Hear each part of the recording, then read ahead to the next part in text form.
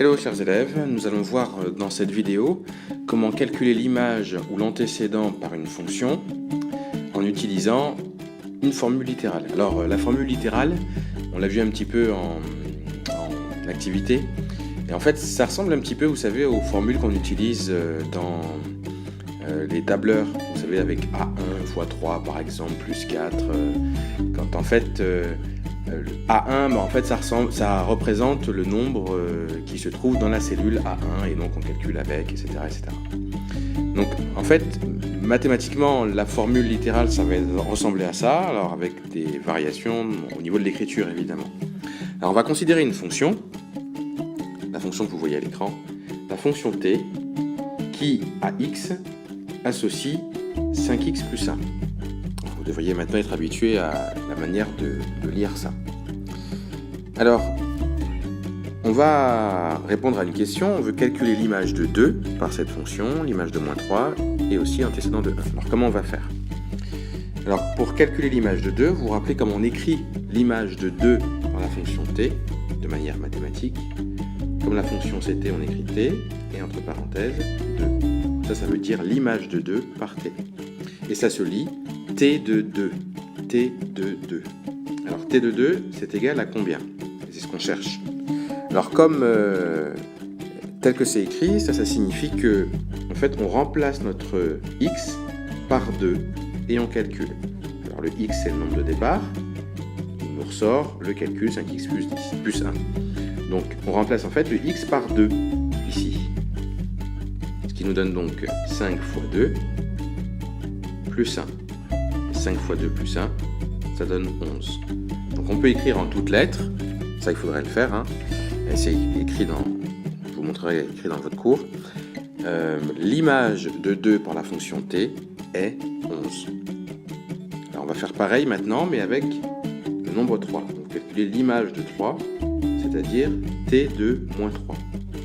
Pareil, on remplace notre x par moins 3. Donc ça nous donne 5 fois moins 3 plus 1. Ça nous donne moins 15 plus 1. Et ça donne moins 14. Donc on peut dire que l'image du nombre moins 3 par la fonction t, c'est moins 14. Donc voilà comment on peut calculer l'image d'un nombre en utilisant une formule littérale. Maintenant, comment faire si on vous demande de calculer l'antécédent d'un nombre? Ça veut dire quoi?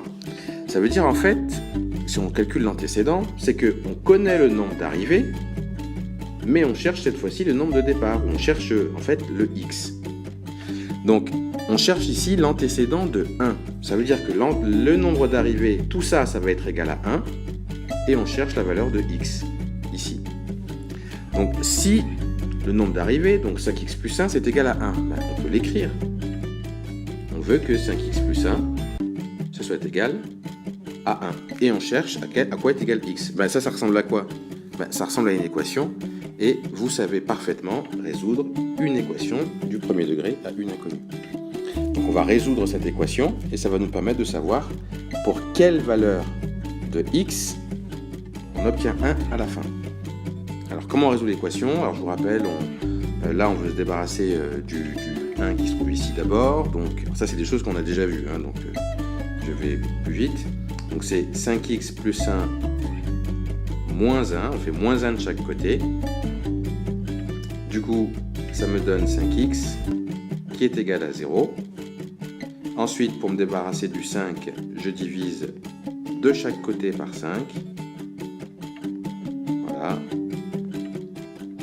Et au final, ça me donnera donc x est égal à 0, puisque 0 divisé par 5, eh bien, ça fait 0. Donc on peut dire que l'antécédent de 1 par la fonction t, c'est 0. C'est-à-dire que quand le nombre d'arrivées ici, c'est 1, eh bien le nombre de départ, c'est 0. Et d'ailleurs, vous pouvez très facilement le vérifier en prenant 0 comme nombre de départ, et en remplaçant par le x, le 0 donc, et vous allez trouver 1 ici. Vous voyez, si on fait 5 fois 0 plus 1, ça donne 1. Donc on ne s'est pas trompé. Donc c'est une manière de s'assurer qu'on ne s'est pas trompé, c'est qu'on remplace le x par la valeur qu'on a trouvée et on vérifie qu'on trouve bien à la fin le nombre qu'on nous proposait. Donc là c'était 1 en l'occurrence. Donc pour calculer finalement l'image d'un nombre par une fonction, on va remplacer x par le nombre. Par contre, pour déterminer l'antécédent, on va résoudre une équation. Donc dans une autre vidéo, on parlera d'une autre manière d'exprimer une fonction numérique. Alors je vous laisse maintenant recopier toute cette partie-là dans votre cours. Alors vous noterez que si j'écris les choses d'une certaine manière, c'est pas pour rien. Donc ce qui est important, c'est que vous, après dans les exercices, eh bien, il faudra, quand on vous demandera l'image d'un nombre, il faudra écrire le calcul, mais il faudra aussi écrire une phrase pour qu'on sache quelle est votre réponse. Pareil ici. Et puis, quand vous voudrez déterminer l'antécédent d'un nombre, il faudra écrire l'équation, la résoudre et finir par une phrase pour que les choses soient bien claires. N'oubliez pas aussi que quand vous parlez de l'image ou de l'antécédent d'un nombre, de préciser toujours par quelle fonction. Là, vous voyez, j'ai marqué partez, partez, et ici aussi, partez. Je vous laisse faire.